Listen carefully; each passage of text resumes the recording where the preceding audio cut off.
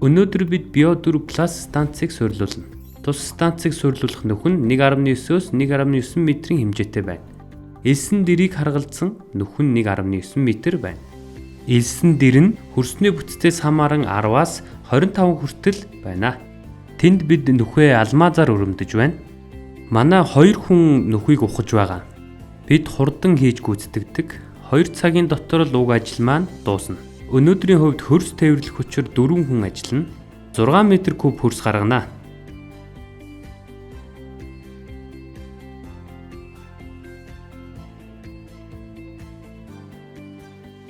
Станц нь хөнгөн 156 кг жинтэй. Уг станц нь албадан гаргалтай станц. Тус станцад дахин цэвэрлэх сагс, 3 халих бассейн, мөн ус өргөх цорхтой. Станц нь лаг халих системээр ажилладаг. Үндсэн хуримтлуулах бассейн нь энэ жижиг шүгээний ард байгаа. Энд гол фракцэн цуглардаг. Дараа нь тунана. Энд бас нэг том хуримтлуулах бассейн байгаа. Энэ бол 2 дахь бассейн. Ус өргөх цоргоор хүчил төрөгчөөр баяжуулж илүү хурдан ажилладаг. 3 дахь бассейнаас усны эргэлтийн насоос нь усны хэсгийг эцсийн цэвэрлэгээний сагсанд өргөдөг. Сагс нь нүхтэй, чийгшүүлэгч ус зайлуулах суугтай. Нүх нь ус өргөгдөхөд 3 дахь сагснаас дахин цэвэршүүлэх шүүрлүү урсаж усыг цэвэршүүлдэг. Ус нь нүхээр дамжин үндсэн хуримтлуулах бассейн руу буцаж урсдаг. Усны эргэлтийн тойрог үүсгэж усыг цэвэршүүлнэ.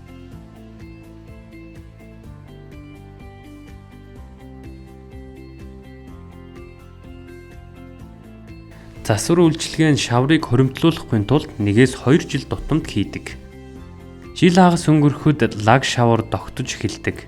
Өөрөөр хэлбэл шаврыг өргөхөд илүү хэцүү болдог. Шүүлтүүр нь ингэж тархсан байдалтай байдаг. Эдгээр шүүлтүүрүүд дээр тослог хүрэн эсвэл тослог хар хальс үүсдэг.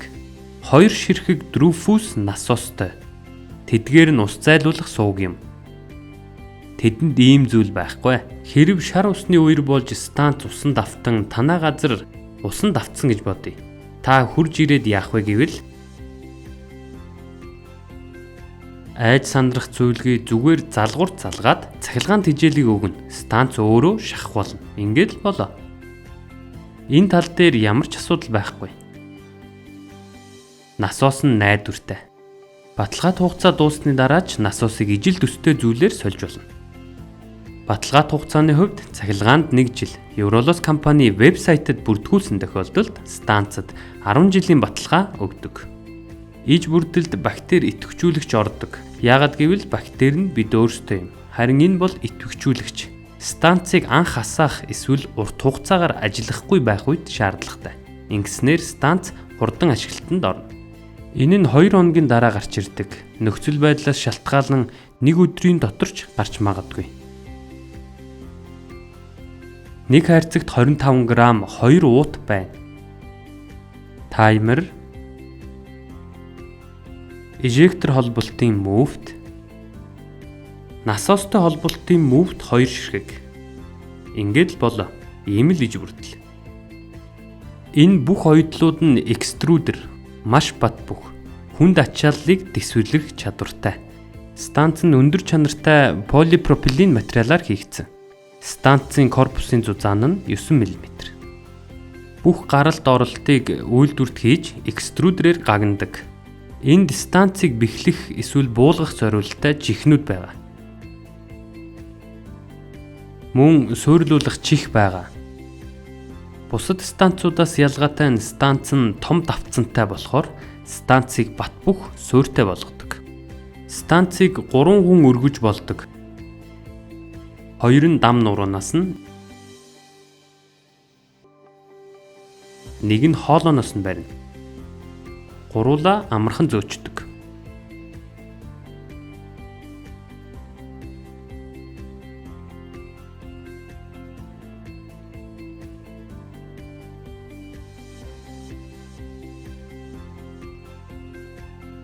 Биостанц нь өөр өөр хэлбэртэй, арай өргөн, арай том, арай өндөр байдгаараа ялгаатай. Хэрэв үйлчлүүлэгч гүн сүртэй байшинтай бол нэмэлт хоолойг нэмж болно.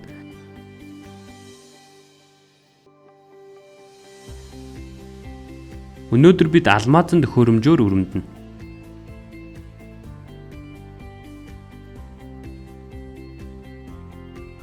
Станц нь стандарттай. Гарах түвшин газрын гадаргаас 45 см-ийн зайд байна. Хэрэв станц газрын түвшингөөс 10 см-ийн зайд, иймэрхүү байвал дээд тал нь 45, доод тал нь 55 байна. Биостанцын цэвэршүүлэх түвшин 92-оос 95% технологийн ус гаргадаг. Ус нь ямар ч үнэргүй.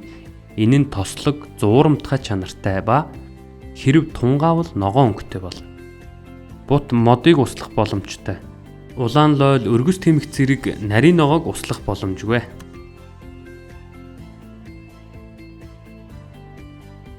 Гаралт нь полипропилен 25 мм-ийн хэмжээтэй. Уруу налуугаар хийдэг. Насосыг дараа нь ажилуулахын тулд усыг асгаж, буцааж урсаж орж ирнэ. Ингэснээр өвлийн улиралд ус хөлдөхгүй. Станцыг угсрахын тулд тань зөвхөн пропилен хайчлах хайж, утас таслагч 2 сэрээ хэрэгтэй болно. Тэгээд л болоо. Би ийм пропилен таслагчийг ашигладаг. Дээрээс нь контакт хуулах хайж, хутга, офтерк. Станцыг угсрахад шаардлагатай бүх зүйл ийм л байна. Бусад хийх зүйл нь тосолгооны материал, гарах хоолой, хоолойн холболт. Манайд станцыг машиныхаа дээвэр дээр зөөлдөг дилерүүд байдаг. Ладатай ирээд станцаа дээвэр дээрээ тавиад явсан. Чиргүүлийн өргөн нь метр 52. Урт нь 2.4 м. Би энэ чиргүүлээр 2 станц тээвэрлэдэг. Энд нэгийг нь тавиад хажуу талыг нь нээгээд 2 дахь станцаа тавина. 2 ширхэг био 5 станц энд маш хялбархан багтана. Хэрэв про станц бол иймэрхүү чиргүүл дээр нэлээдгүй багтана.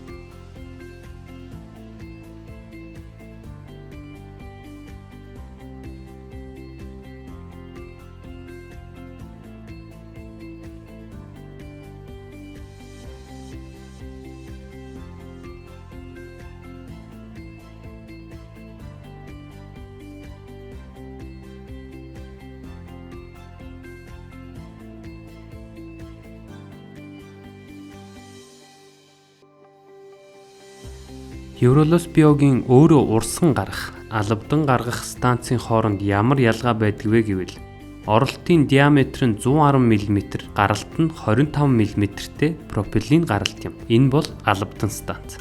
Өөрөө урсан гарах станц байдаг. Энэ нь энгийн био, евролос био.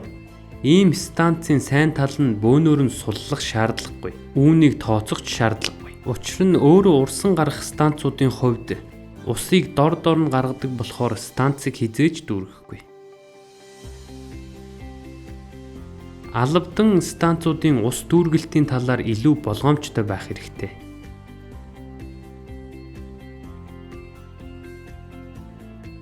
Евролос био 4+ станц нь 180 литр ус зайлуулах хоолойтой гэж бодъё.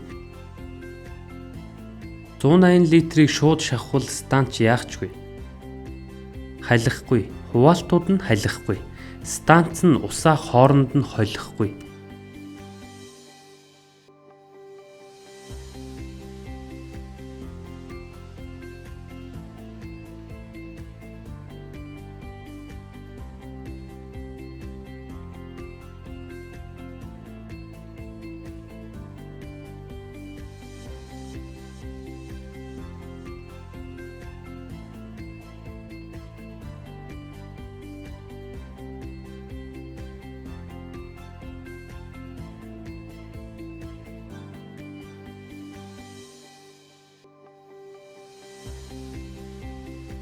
Станцыг суйрлуулахдаа тэг үзүүлэлтээс эхлэхийн тулд ёроолыг тэгшилж байна. Хөрс нь элстэй байгаа болохоор нэмэлт элс хэрэггүй.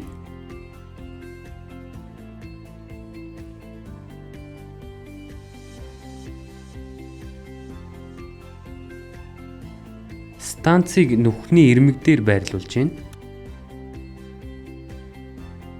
Станц нь эргэн тойрноос ирмэг хүртэл 30 санж байх ёстой. За 25-аас 35 санж байж болно. Станцыг доктортой байлгахын тулд 3/1-ийг усаар дүүргэдэг. Дараад нь элсийг станцаа тойруулан жигд асгаж өгнө. Одоо бид шуудуу ухах болно. Сувг нь элсээр дүүргэгдсэн байх ёстой бөгөөд ингэснээр хоолой нь шахагдахгүй, хавгнахгүй, чигийг зайлуулж байх ёстой.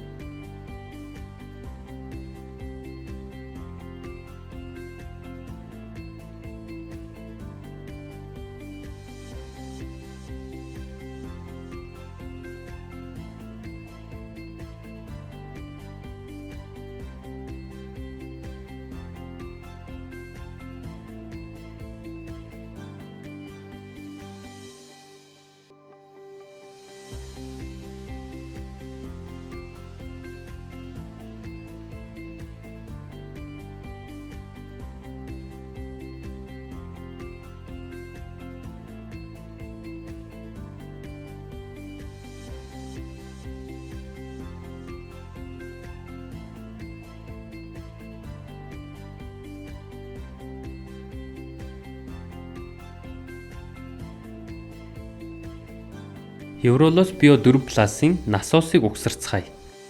Албадан гаргах насос. Жижиг насосыг нь гаргаад ирлээ. Шилжүүлэгчийг ийм байдлаар хийдэг. Илүү гарсан хэсгийг нь дастаж цэвэрлэнэ. Энийг албадан шахах жижиг насост ашигладаг. Болчихлоо. Том шахуургад зориулсан том муфт. Яг ижил шилжүүлэгч. Энийг салгаж аваад энэ бол бидэнд хэрэггүй.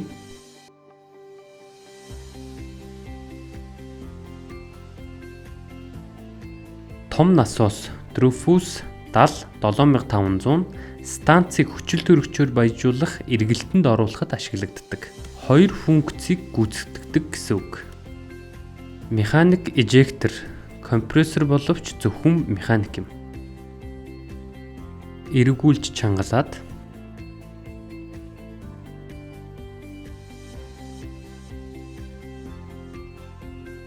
эжекторыг том насос дээр байрлуулна.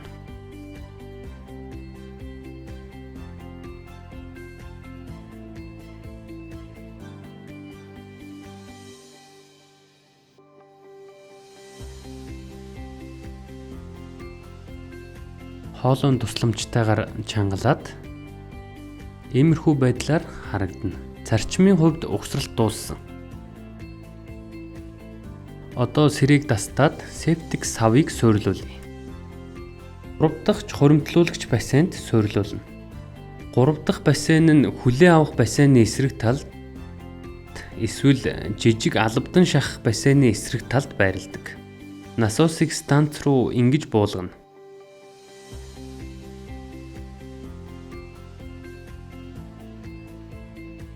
Кабелийг битүүмжилсэн оролт руу оруулж чангална.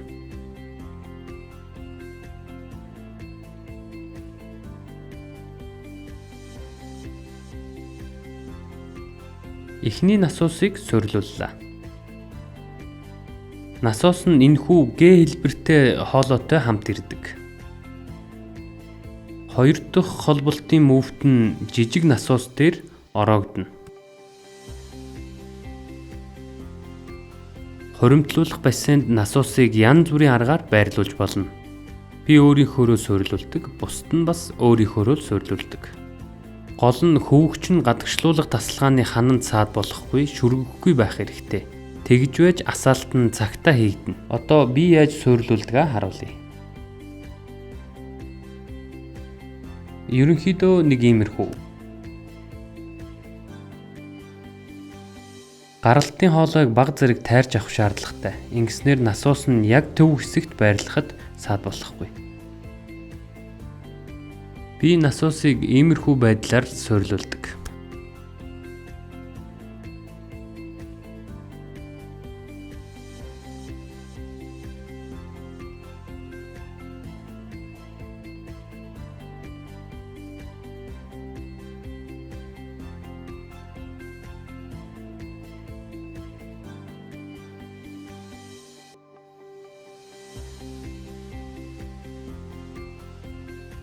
Голд байрлах насоос нь турбааг барьж өгдөг.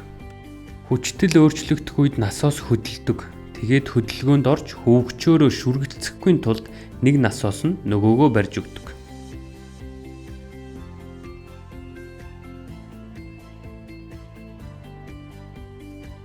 Хүн адил сэрийг дасалж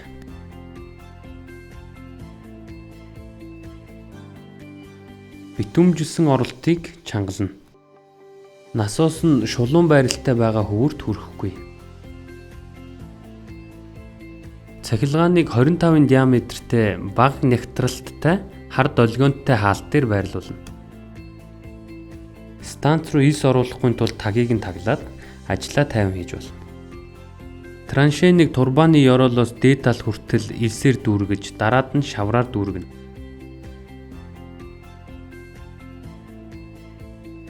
Манай залуучууд элсээ хийж байх хооронд хэдүүлээ сагсаа тавьцгаая.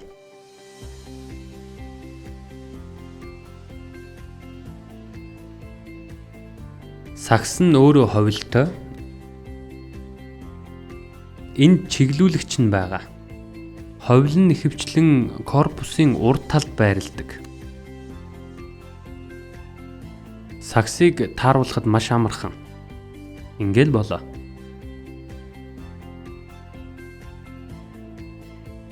Хоолойг хооронд нь холбоод болно.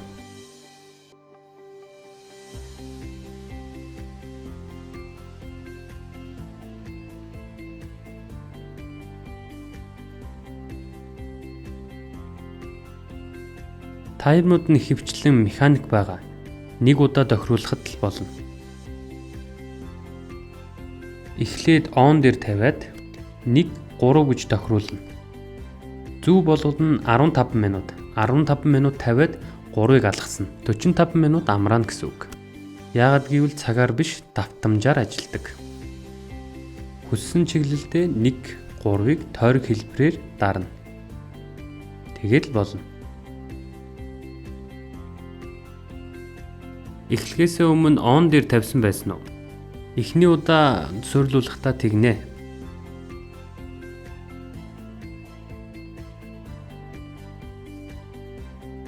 Одоо бид хүчил төрөгчийн баяжуулах эргэлтийг асаана. Зарчмын хувьд одоо хаягдл ус гарах ёстой. Одоо станц дүүрсэн байгаа болохоор тэр илүүдлийг хаяж усныхаа төвшинг олж аавна.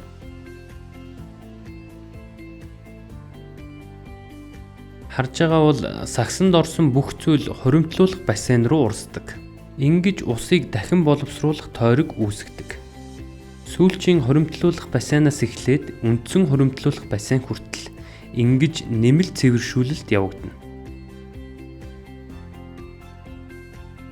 Тагийг нь тагалчих юм бол ямар ч чимээ сонсогдохгүй. Надад маш таалагдлаа, хангалттай сайн. Бүх зүйлийг маш сайн хийж өглөө. Евролос фирмд онц үнэлгээ өгье. Дээрээс нэмээд надад байшингийн доор агаар гарах гарц хийж өгсөн. Үнэхээр сайн залуучуудаа маш их баярлалаа. Бүх зүйл сайхан байна. Надад өөр хэлэх зүйл байхгүй.